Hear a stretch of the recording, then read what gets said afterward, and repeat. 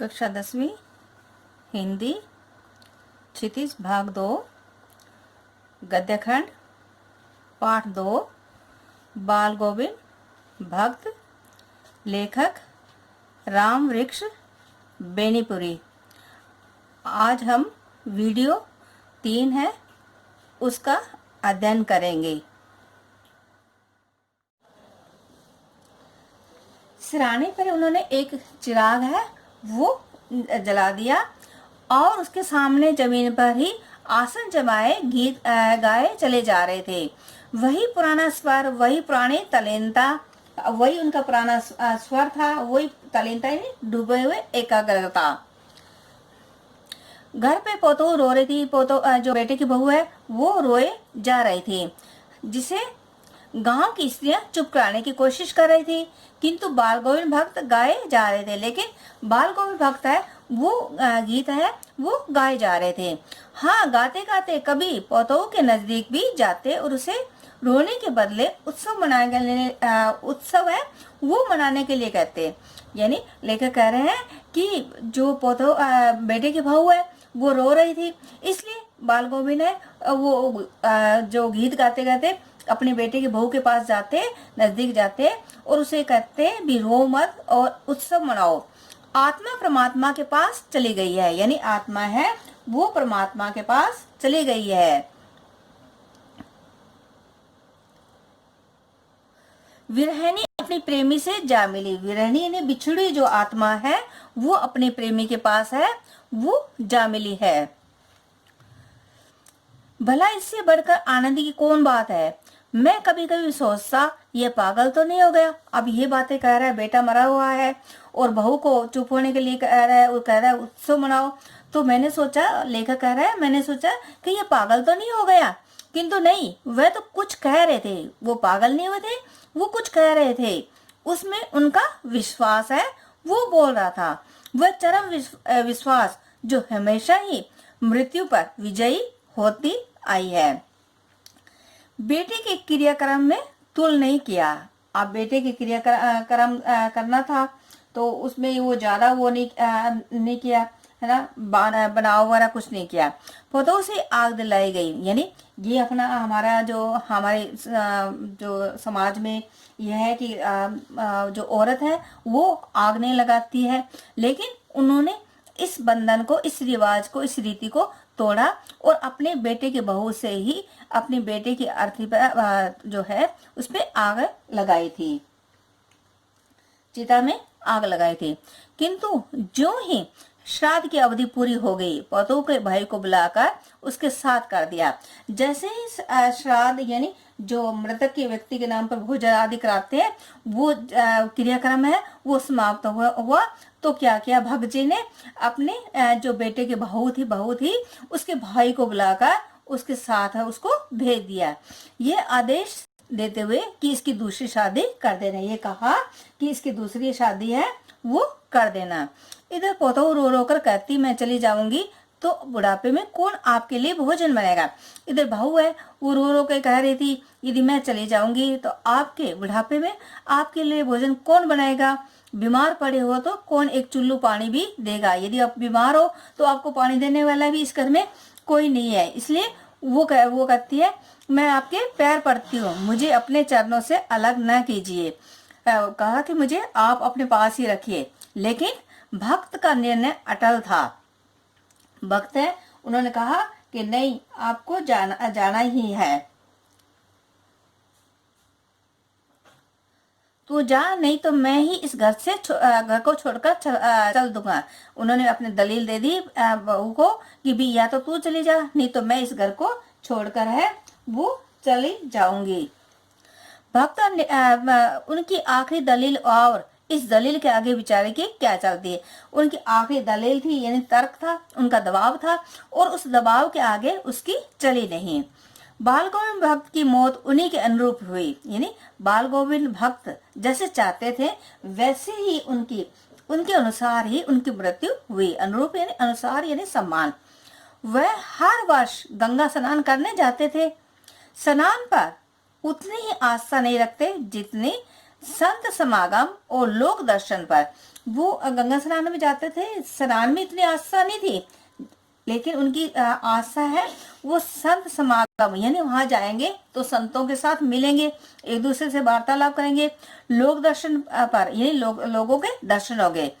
पैदल ही जाते, करीब 30 कोस पर गंगा थी, यानी 30 कोस है उस पे गंगा थी, पैदल जाते थे। साधु को सवाल लेने का क्या हक है? अब वो उनकी आस्था थी कि साधु को बीच में खाने पीने के लिए कोई वो जरूरी नहीं है,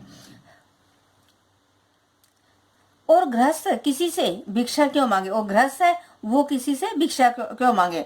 अब वो दोनों ही थे, भी साधु भी थे और गृहस्थ भी थे, इसलिए ना तो वो सबल लेते थे ना किसी से भिक्षा मांगते थे। अतः घर से खाकर चलते तो फिर घर पर ही आकर लौट कर खाते, यानी घर पर खाकर चलते, उसके बाद में घर पे आते हैं, उसके बाद में ही खाना पीना करते थे।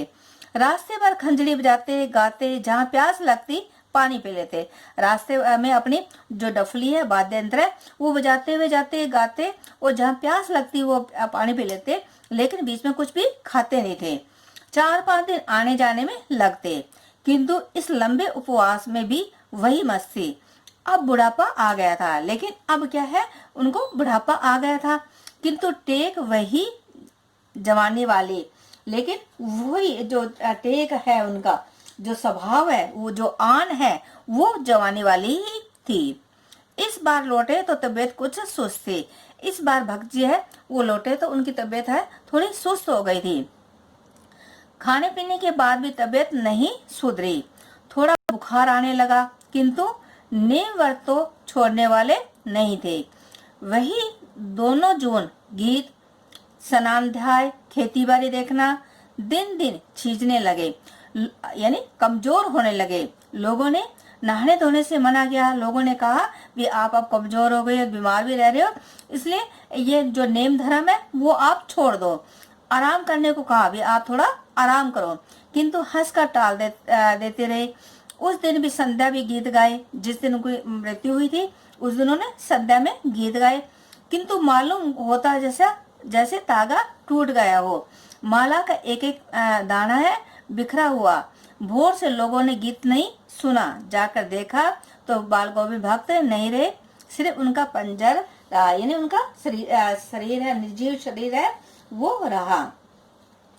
यानी तागा टूटना यानी जीवन समाप्त होना। उन दिन शाम को ऐसे संध्या करने के बाद में उनकी तबीयत है वो थोड़ी और ज्यादा बिगड़ गई, जिससे रात को उनकी मृत्यु हो गई। और लोगों ने जब देखा भी भोर में उनके गीत नहीं हुए, तब लोगों ने जाके देखा तो बाल गोविंद भक्त है वो नहीं रहे। तो इसका अब क्या है, पाठ का सार क्या है कि बाल गोविंद भक्त एक रेखा चित्र है। बाल गोविंद भक्त लेखक की दृष्टि में एक सन्यासी है। वह मानवता, लोक संस्कृति और सामूहिक चेतना के प्रतीक है। वेशभूषा और बाहरी अनुष्ठानों से कोई सन्यासी नहीं होता, मानवीय सरोकारों से ही सन्यासी बना जाता है। इस रेखा चित्र के माध्यम से ग्रामीण जीवन की सजीव झांकी मिलती है। इसमें सामाजिक रूढ़ियों पर भी प्रहार किया गया है। बाल गोविंद भक्त के बारे में लेखक ने बताया कि वो जैसे मंझले कद के खूब गोरे चिट्ठे आदमी थे, 60 से ऊपर की उनकी आयु थी, बाल सफेद हो चुके थे, तन पर केवल वो एक लंगोटी पहनते थे और कबीरपंथी कनपटी टोपी। सर्दियों में एक काली कमली या उनकी वेशभूषा थी।